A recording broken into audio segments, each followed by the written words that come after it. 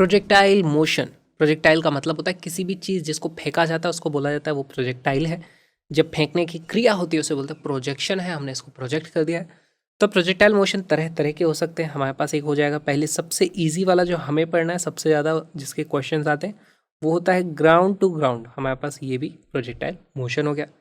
कोई हो सकता है भाई इंक्लाइन पे इस तरीके से प्रोजेक्टाइल मोशन हो जाए, ये भी प्रोजेक्टाइल मोशन है। यहाँ से इसको सीधा इस तरीके से आप फेंक दोगे, ये भी प्रोजेक्टाइल मोशन है। इसको आप ऊपर फेंकते हो तो वो इस तरीके से नीचे गिरता है, ये भी प्रोजेक्टाइल मोशन है। सीधे ऐसे नीचे फेंक दोगे तो ये भी एक प्रोजेक्टाइल मोशन है। आप यहाँ से इसको वापस फेंकोगे इस तरीके से, ये भी एक प्रोजेक्टाइल मोशन है। और इन सभी में एक बात कॉमन है कि सारे के सारे पाथ होते हैं पैराबोला। बहुत ही इंपॉर्टेंट चीज़, this is parabola, parabolic path इसको हम बोल सकते हैं। सब में बहुत ही सिंपल सी चीज़ें देखो, या तो आपके पास इस तरीके से कंडीशन होगी ग्राउंड ऊपर नीचे है, या फिर सब में अलग अलग चीज़ क्या हो जाएगी कि भाई इसको जो फेंका था ये हमने ऊपर की तरफ फेंका, नीचे की तरफ फेंका, इस तरफ फेंक दिया, तो इनिशियल वेलोसिटी अलग अलग हो सकती है। लेकिन सब में कॉमन चीज़ क्या है, सब में नीचे की तरफ एक्सेलरेशन ड्यू टू ग्रेविटी है इस तरीके से। तो हम बोल सकते हैं एक्सेलरेशन इज इक्वल टू नीचे की तरफ हमारे पास 9.8 मीटर पर सेकेंड स्क्वायर, या फिर आप उसको 10 भी ले सकते हो ना। यूजुअली हम इसको 10 भी ले लेते हैं, हमारी कैलकुलेशंस आसान हो जाती हैं। अच्छा, इन सभी में अप्रोच हमारी सेम रहती है इसको सॉल्व करने की। क्या अप्रोच रहेगी? तो देखो हमारे पास एक डायरेक्शन में, हमारे पास अगर ये एक्स डायरेक्शन है तो इस डायरेक्शन में नो एक्सेलरेशन होता है, कोई एक्सेलरेशन नहीं है इस डायरेक्शन में। और अगर नीचे वाले डायरेक्शन में देखा जाएगा तो हमारे पास जी लग रहा है, नीचे की तरफ एक्सेलरेशन जी है। तो ये जो नीचे वाला एक्सेलरेशन है वो क्या करता है, वो डिसाइड करता है भाई कितनी देर तक हमारा पार्टिकल हवा में रहेगा, है ना। यहाँ से इसको फेंका है, कितनी देर तक ये हवा में रहने वाला है, इसको यहाँ से फेंका है, कितनी देर तक ये हवा में रहेगा, उसके बाद वो वापस ज़मीन पर टकरा जाएगा। तो हमारे पास सबसे पहले जितनी देर वो हवा में रहता है उसको हम क्या बोलते हैं, स्टेप 1 हो जाएगी कि फाइंड टाइम ऑफ फ्लाइट, ठीक है, जिसको हम TOF बोल देते हैं। और फिर वो पता चल जाएगा तो उसके बाद आप क्या पता कर लेते हो, आप रेंज, है ना, कितनी दूर तक वो प्रोजेक्टाइल गया है। इस केस में ये रेंज हो जाएगी, इस केस में ये रेंज हो जाएगी। या फिर तीसरी चीज़ पूछी जा सकती है हाइट। तो कई बार हाइट जैसे यहाँ से कितना ऊपर तक गया ये हमारी हाइट हो जाती है, या फिर इस केस में देखा जाता है हाइट इस तरीके से। तो इन हर एक केस में जो अप्रोच होती है, अप्रोच वो होती है कि देखो भाई हमारे पास जो मोशन होता है, एक्स डायरेक्शन का मोशन और वाई डायरेक्शन का मोशन इंडिपेंडेंट होता है ना। तो यहाँ पे सबसे इंपॉर्टेंट चीज़ हमारे पास जी एंड ये एक्स एंड वाई डायरेक्शन जो है independently solve, independent of each other. दो परपेंडिकुलर डायरेक्शंस में हमारे पास जो मोशन होता है वो इंडिपेंडेंट ऑफ ईच अदर होता है। हम वाई डायरेक्शन वाले मोशन का यूज़ करते हैं, टाइम ऑफ फ्लाइट पता कर लेते हैं। फिर हमें पता चल गया भाई ये इतनी देर हवा में रहने वाला है। अब ऐसे केस में अगर इसकी इस दिशा में कुछ वेलोसिटी है तो वो आगे कितना जाएगा, जितनी देर तक वो हवा में था उतनी देर तक वो इस दिशा में अपनी इनिशियल वेलोसिटी से मूव करता रहेगा। तो उससे मेरे पास रेंज आ जाती है। वाई डायरेक्शन में हम देख लेंगे कि वाई डायरेक्शन में कुछ वेलोसिटी थी और नीचे की तरफ एक्सेलरेशन था। वेलोसिटी ऊपर जाते जाते कम होती है, फिर जीरो हो जाती है, फिर नीचे आती है। तो ये वही हाइट हमारे पास रहती है। तो एक्स डायरेक्शन का मोशन अलग है, आप इस तरफ कांस्टेंट वेलोसिटी से मूव कर रहे हो। वाई डायरेक्शन में वेलोसिटी ज़्यादा होती है, फिर जीरो होती है और फिर वापस से नीचे की तरफ बढ़ने लगती है। इस तरीके से होता है।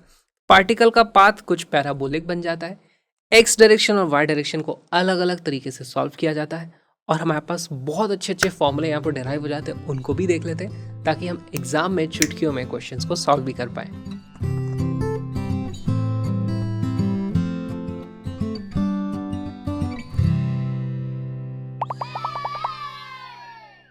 प्रोजेक्टाइल मोशन, देखो प्रोजेक्टाइल मोशन में क्या होता है, हमारे पास कोई चीज़ होगी, ऑब्जेक्ट, यहाँ से उसको फेंक दिया जाएगा, है ना। उसको फेंक दिया तो उसको कुछ इनिशियल वेलोसिटी दे दी है। इनिशियल वेलोसिटी दी है u पे। अच्छा, इनिशियल वेलोसिटी u दी है, एक एंगल थीटा पे दी होगी, इधर भी दे सकते थे, इधर भी देख सकते थे, किधर भी फेंक सकते थे। उसको एक थीटा एंगल पे हमने वेलोसिटी दी है। तो हमारे पास किसी भी प्रोजेक्टाइल मोशन में दो इनपुट पैरामीटर्स होते हैं, u एंड थीटा, ठीक है। u की अलग अलग वैल्यूज रख सकते हो, थीटा की अलग अलग वैल्यूज रख सकते हो। इसके बाद होता क्या है, देखो यहाँ पर हमें पहले तो एक कोऑर्डिनेट सिस्टम बनाना चाहिए। यहाँ पर यूजुअली जो हम कोऑर्डिनेट सिस्टम बनाते हैं वो इस तरीके से बनाते हैं, ये होता है हमारे पास एक्स एक्सिस, ये होता है हमारे पास Y axis. Acceleration due to gravity किधर होगा, वो होने वाला है हमारे पास नीचे की तरफ होगा एक्सेलरेशन ड्यू टू ग्रेविटी, इस तरीके से। ठीक, अब एक बात बताओ, यहां पर हमारे पास जो इसका मोशन होने वाला है कुछ इस तरीके से पैराबोला बनता है, लेकिन उस मोशन को हम दो अलग अलग तरीके से स्टडी करेंगे, दो अलग अलग पार्ट्स में बांट लेंगे। एक होगा एक्स डायरेक्शन का जो मोशन है, दूसरा होगा वाई डायरेक्शन का जो मोशन है। अगर कोई पत्थर ऊपर फेंकते हैं तो वो ऊपर जाता है और नीचे आता है, अगर किसी पत्थर को इधर फेंकते हैं और उसकी वेलोसिटी चेंज नहीं होती तो वो सीधे इस तरफ चलता जाता है। प्रोजेक्टाइल मोशन कुछ नहीं होता, इन्हीं दोनों का कॉम्बिनेशन होता है। देखो, आप कोई पार्टिकल इधर से अगर इधर जा रहा है, तो अगर मैं इसकी छाया देखूं, पहली बात तो इसका पाथ कैसा होगा, इसका पाथ कुछ इस तरीके से होगा। अगर मैं यहाँ पर इस तरीके से एक दीवार बना दूं और यहाँ से इस तरीके से लाइट आ रही होगी, तो यहाँ पर इसकी कुछ परछाई बनेगी ना, जैसे ये इधर जाएगा, तो इसकी एक परछाई होगी, जो परछाई ऊपर से नीचे आती है, और वो परछाई इसका बेसिकली वाई डायरेक्शन का मोशन को रिप्रेजेंट करेगी। सेम चीज़ अगर ऊपर सन है, सन ऊपर से इस तरीके से लाइट आ रही है, तो ये जो पत्थर इस तरफ जाता है तो इसकी परछाई ज़मीन पे चलती है, वो इसका एक्स डायरेक्शन वाला कॉम्पोनेंट हो गया। तो यहाँ पर मोशन को एक्स कॉम्पोनेंट और वाई कॉम्पोनेंट में हम ब्रेक करते हैं, उसके बाद में हम इसको स्टडी करते हैं। ठीक, तो सबसे पहले यहाँ पे जो इंपॉर्टेंट चीज़ है वो अलग अलग डायरेक्शन में हमारे पास वेलोसिटी होनी चाहिए। तो जैसे अगर मेरे पास ये था u और ये है मेरे पास इस तरफ थीटा, तो ये जो x डायरेक्शन वाली वेलोसिटी है उसको हम क्या बोल देंगे भाई, ये है हमारे पास इस तरफ ux, जिसकी वैल्यू कितनी आ जाती है u into cos theta. Similarly हमारे पास एक y डायरेक्शन वाली इस तरीके से वेलोसिटी हो जाएगी, कंपोनेंट हो जाएगा। ये देखो, इसी वेलोसिटी के तो दो कंपोनेंट्स है, ये है ना, इस तरीके से ये हो जाता है हमारे पास uy, और इसकी जो वैल्यू होती है वो होती है u साइन थीटा। तो सबसे इंपॉर्टेंट चीज़ हमारे पास ये आ गई। अब देखो होना क्या है, यहाँ पर इसको हमने ऊपर की तरफ फेंका है u साइन थीटा से, ऐसा मान लो। जितनी देर ये ऊपर रह करके नीचे आएगा उतनी देर को हम बोलेंगे टाइम ऑफ फ्लाइट है, और जितनी देर में ऊपर आके नीचे आ रहा था उतनी देर में ये यूएक्स के हिसाब से आगे भी बढ़ता जा रहा था। तो इसका जो मोशन हुआ ना ऊपर से नीचे आने का, उसी को आप इस तरफ खींच दोगे, स्ट्रेच कर दोगे, तो वो इस तरीके से ये वाला मोशन बन जाता है। ठीक, हमें यही समझना है। ओके, अच्छा, यूवाई के बारे में आपका क्या ख्याल है, पहले इस चीज़ को समझेंगे। हमारे पास देखो एक्सेलरेशन सिर्फ नीचे के डायरेक्शन में है, इस दिशा में कोई भी एक्सेलरेशन नहीं है। तो इस दिशा में कोई भी एक्सेलरेशन नहीं है तो वेलोसिटी में कोई भी चेंज नहीं होगा। तो अगर यहाँ पर मेरे पास इस तरफ यूएक्स थी स्पीड, तो इसके हर एक पॉइंट पर अगर मैं एक्स डायरेक्शन की बात करूँ तो एक्स डायरेक्शन की स्पीड में कोई भी चेंज नहीं हो रहा है, वो सभी जगह यूएक्स रहने वाली है। तो इसको हम यहाँ पे ड्रॉ भी कर सकते हैं भाई, हमारे पास यहाँ पर भी यूएक्स रहेगी, यहाँ पर भी इस तरीके से यूएक्स रहेगी, यहाँ पर भी इस तरफ यूएक्स रहेगी, यहाँ पर भी इस तरफ यूएक्स रहेगी, यहाँ पर भी इस तरफ यूएक्स रहेगी, और यहाँ पर भी इस तरफ यूएक्स ये रहने वाली है। दिख नहीं रहा, थोड़ा इसको इस तरीके से बनाते हैं, अच्छे से कलर लगाओ, इस झाड़ी को हमें हटाना पड़ेगा यहाँ से। ये है हमारी यूएक्स। ठीक, यूवाई के बारे में क्या सोचोगे? तो देखो, यूवाई अगर मैं किसी चीज़ को ऊपर फेंकता हूँ तो वेलोसिटी उसकी कम होती है, ऊपर जाके जीरो भी हो जाती है, और फिर वापस नीचे आती है, नीचे की तरफ बढ़ती है। तो यहाँ पे देखो यूवाई कुछ इतनी थी, थोड़ी देर बाद यहाँ पे वो वैल्यू कम होगी, यहाँ पे कम होगी, और इस टॉप मोस्ट पॉइंट पे एक्चुअली यूवाई की वैल्यू जीरो हो जाती है। ये चीज़ भी हम यहाँ पे देख सकते हैं, हमारे पास यूवाई की वैल्यू इस तरीके से कम होती जा रही है, और इस पॉइंट पे मैं बोल दूंगा भाई यूवाई की वैल्यू तो जीरो ही हो गई। फिर उसके बाद नीचे की तरफ बढ़ने लगेगी इस तरीके से, और इस पॉइंट पे हमारे पास नीचे की तरफ कुछ बढ़ जाएगी। अच्छा, हमने देखा था जब भी हम किसी चीज़ को ऊपर फेंकते हैं फिर वो नीचे आती है, तो जब वो वापस नीचे आती है तो अभी इसकी जो ऊपर की तरफ वेलोसिटी है, बाद में उसकी वही वेलोसिटी नीचे की तरफ हो जाती है। मैग्नीट्यूड सेम रहता है। अगर हमने एयर रेजिस्टेंस को इग्नोर किया हुआ है, तो अभी हमने एयर रेजिस्टेंस को इग्नोर किया हुआ है, तो अगर यहाँ पे ये यू साइन थीटा ऊपर की तरफ था तो यहाँ पर भी हमारे पास मैग्नीट्यूड तो उतना ही होगा इसका, यहाँ पे फिर से यू साइन थीटा के बराबर मैग्नीट्यूड हो जाएगा, बस अंतर इतना है कि अब वो नीचे की तरफ होगी। तो अब सवाल बनता है कि भाई यहाँ पर जो स्पीड से फेंका था, यहाँ पर भी आप देखोगे तो हमारे पास कंपोनेंट्स दोनों बराबर हैं, है ना, तो यहाँ पर भी जो स्पीड आएगी वो सेम रहेगी। सेम लेवल पे आप देखोगे प्रोजेक्टाइल मोशन में स्पीड हमेशा सेम रहती है, तो यहाँ पर भी हमारे पास जो फाइनली स्पीड बनेगी एग्जैक्टली उतनी बन के आने वाली है। तो अब इसकी कैलकुलेशन करना स्टार्ट करते हैं। सबसे पहले हम जानने में इच्छुक हैं कि हमारे पास कितनी देर ये पार्टिकल हवा में था, जितनी देर ये हवा में था उतनी देर ये आगे बढ़ता चला गया है। तो हम पता करना चाहते हैं सबसे पहले टाइम ऑफ फ्लाइट कितना रहा होगा। कैसे इसको अप्रोच किया जाए? देखो, तो हमारे पास इनिशियली स्पीड थी यू साइन थीटा, फिर उसके बाद में फाइनली स्पीड हो गई है यू साइन थीटा, और एक्सेलरेशन ड्यू टू ग्रेविटी ने ये वाला काम किया है। तो टाइम ऑफ फ्लाइट पता करने के दो तरीके होते हैं। पहला तरीका क्या होता है, मेथड 1, हम मेथड 1 में लगा देंगे v is equal to u plus AT।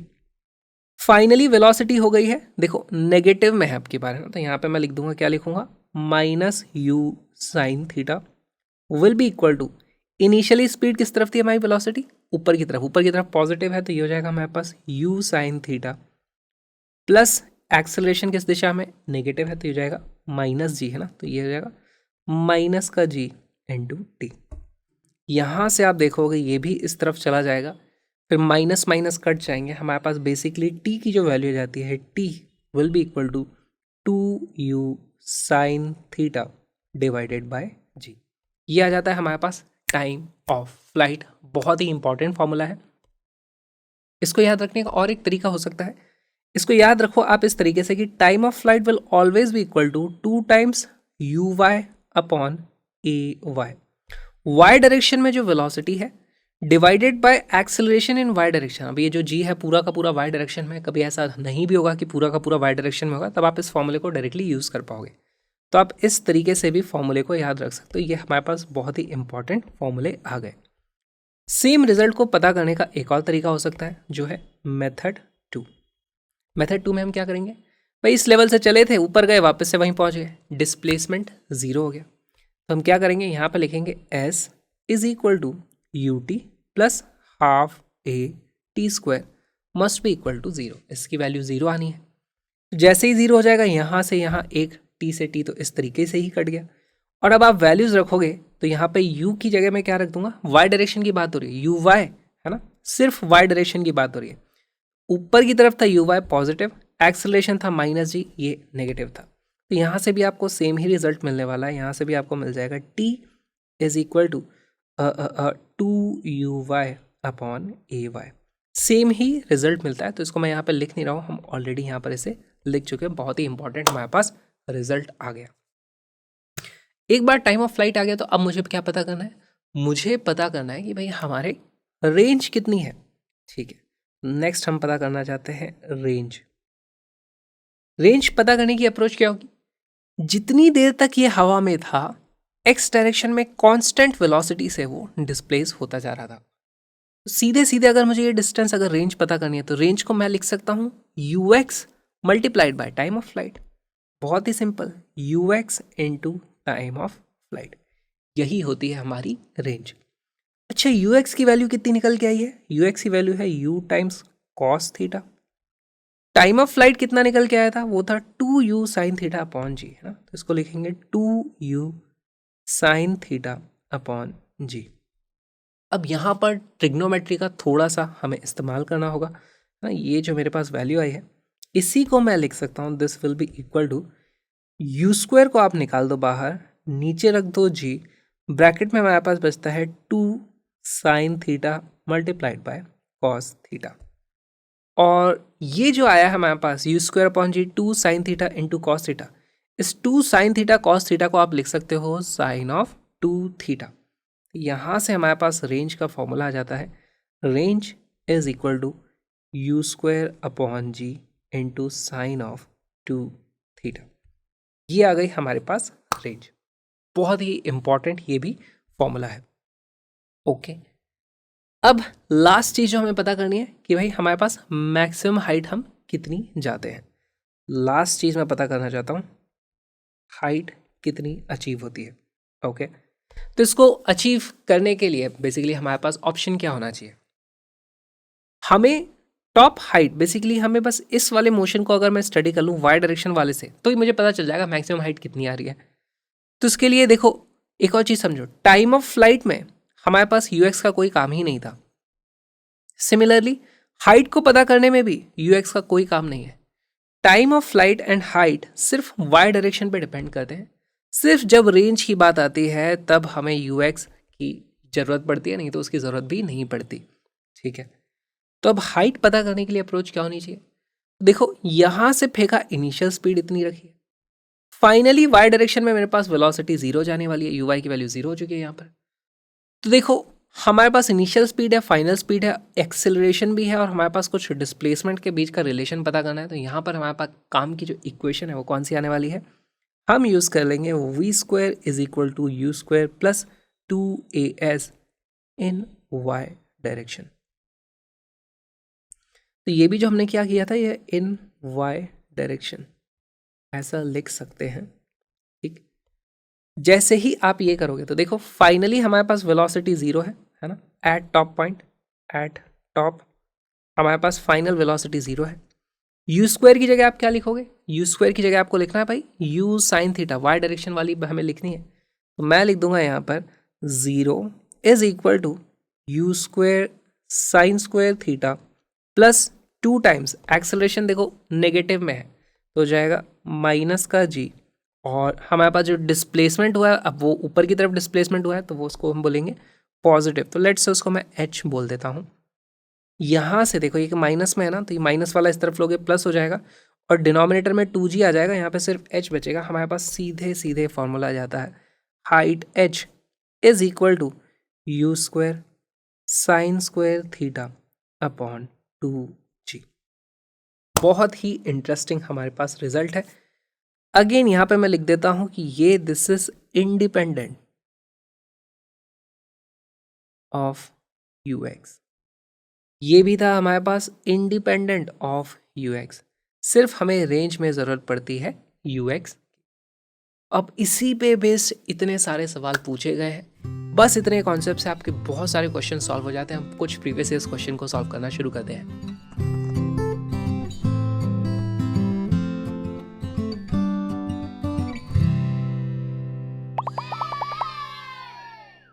The velocity of a projectile at the initial point A is 2i cap plus 3j cap metre पर सेकेंड।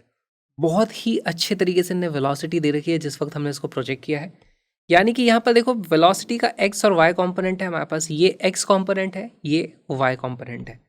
क्या मैं इस तरीके से लिख सकता हूँ भाई, ये तो मेरे लिए रहा होगा ux which is equal to 2 metre पर सेकेंड, और मेरे लिए ये रहा होगा uy, उसको मैं लाल रंग से दिखाऊंगा इस तरीके से। ये हो जाता है uy जिसकी वैल्यू रही होगी कितनी, 3 मीटर पर सेकेंड। यही हमें लिखा हुआ है वेलोसिटी। ठीक है, इन दोनों को जोड़ देते हो तो हमारे पास नेट वेलोसिटी वेक्टर आ जाता है इस तरीके से। बहुत अच्छे। इट्स वेलोसिटी इन मीटर पर सेकेंड एट पॉइंट बी, तो यहाँ पर कितनी उसकी वेलोसिटी होने वाली है। बहुत ही अच्छा सवाल है, कोई कैलकुलेशन नहीं करनी है आपको, कॉन्सेप्ट बस लगाना है। वीडियो को पॉज करो, क्वेश्चन को सॉल्व करो।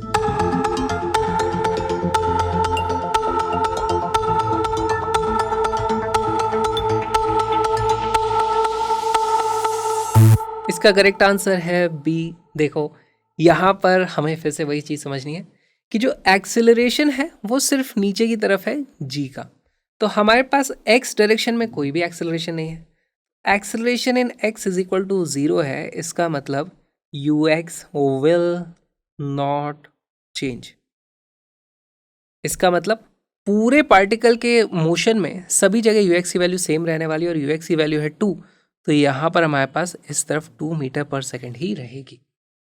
वाई डायरेक्शन वाली वेलोसिटी के साथ क्या होता है, आपकी कुछ वेलोसिटी होती है फिर वो कम हो जाती है, फिर यहाँ पे आके 0 होती है, फिर नीचे की तरफ बढ़ती है, यहाँ पे फिर से उतनी हो जाएगी। जितनी यहाँ थी सेम हॉरिजॉन्टल लेवल पे उतनी ही हो जाती है।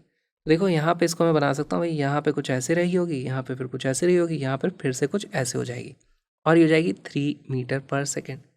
तो कोई कैलकुलेशन नहीं करनी यहाँ पे इसकी वेलोसिटी। अगर मुझसे कोई पूछ ले तो वेलोसिटी फाइनल है ना, उसको क्या लिखेंगे हम, velocity at point B will be given as x component है 2 मीटर पर सेकेंड, तो मैं लिखूंगा 2i कैप, वाई कॉम्पोनेंट है -3, तो यहाँ पे हम लिखेंगे -3j कैप, इतने मीटर पर second. B becomes our correct answer.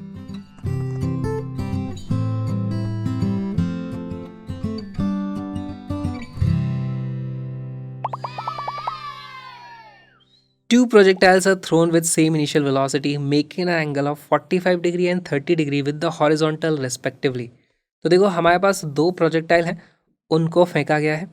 पहले प्रोजेक्टाइल को फेंका गया है 45 डिग्री के एंगल पे, 45 डिग्री के एंगल पे वो कहीं जा करके गिरेगा इस तरीके से, और इसको मैं मार्क कर देता हूँ भाई दिस इज R1। सेकेंड वाला है हमारा इस तरीके से 30 डिग्री पे फेंका गया है। अच्छा बताओ ये ज़्यादा दूर गिरेगा कि कम दूर गिरेगा।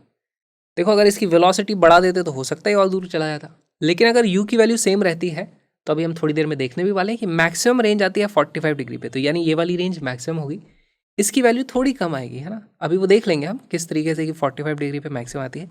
ये मेरे पास R2 की वैल्यू आ जाएगी। हमसे क्या पूछा है, R2/R1 की वैल्यू पूछी है।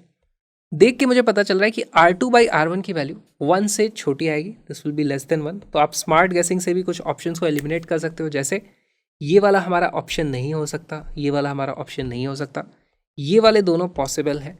तो अब फॉर्मूला लगाओगे और आप सॉल्व कर पाओगे। तो हमारे पास फॉर्मूला क्या होता है, रेंज का जो फॉर्मूला होता है, रेंज का फॉर्मूला, सारे फॉर्मूले याद होने चाहिए ये वाले। रेंज का फॉर्मूला होता है u² sin of 2θ divided by g। यहाँ पे तीन चीज़ें, u है, थीटा है, g है। अलग अलग क्वेश्चन आपको देखने को मिलेंगे, कभी थीटा बदल दिया गया है जैसे इस क्वेश्चन में, कभी u की वैल्यू चेंज होगी, कभी g की वैल्यू भी चेंज कर देते हैं, दूसरे प्लैनेट पे ले जाते हैं, ठीक है। तो इस तरीके के अलग अलग कंपैरिजन के सवाल बहुत आपको देखने को मिलेंगे। यहाँ पर आपको रेंज का रेशियो पता करना है। वीडियो को पॉज करो, क्वेश्चन को सॉल्व करो।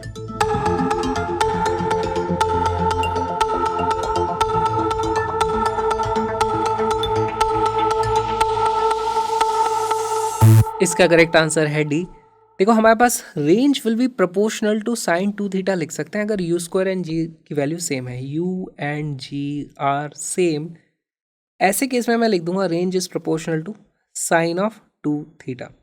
तो मैं लिख सकता हूँ R2 divided by R1 will be equal to sine of 2 into, second case कितना था हमारा 30 डिग्री वाला, 2 into 30 degree divided by sine of 2 into 45 degree which is equal to, ये कितना जाता है sine 60 divided by sine 90।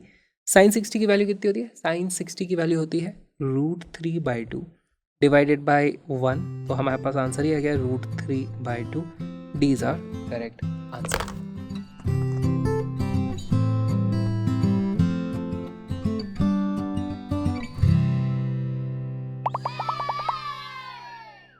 A projectile is fired from the surface of the earth with a velocity of 5 meter per second and angle theta with the horizontal, ठीक है।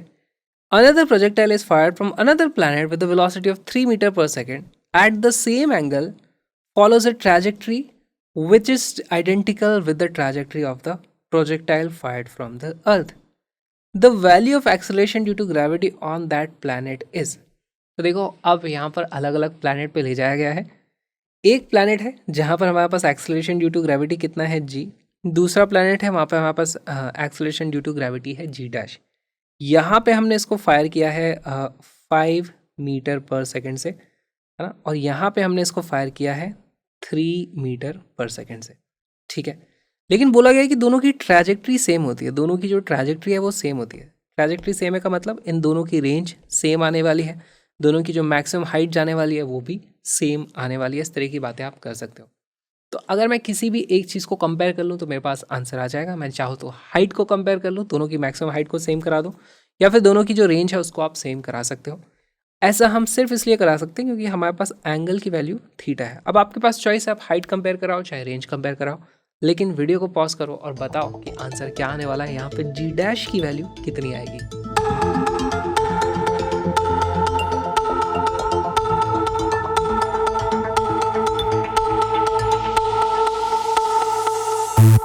इसका correct answer है 3.5। Solve करते हैं। तो देखो हमारे पास रेंज का फॉर्मूला क्या होता है, u² sin 2θ अपॉन g।